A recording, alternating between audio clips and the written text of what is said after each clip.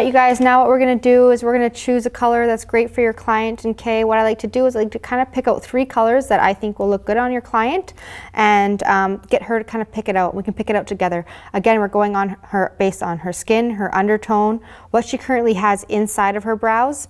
Okay, so what I'm gonna do is I'm just gonna take a tiny little bit, put it here on a little swab, and we're just gonna swab her forehead, okay? Again, we're going to use another color here. Put it on our tip. Swab the forehead. Perfect. And we're going to use another color here. Same. And wipe the forehead. Okay. Now we're just going to let those kind of dry. Okay. So the oxidization process takes place right now. So that just means that they're starting to get darker. Okay. So we kind of see this color here.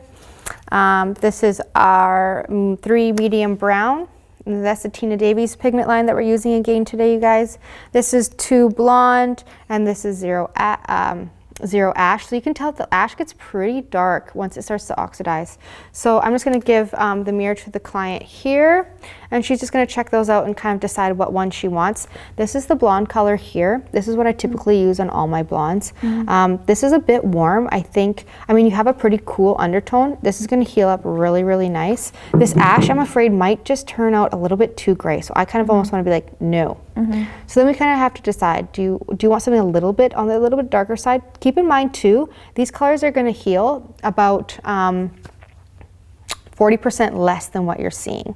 So it just totally depends.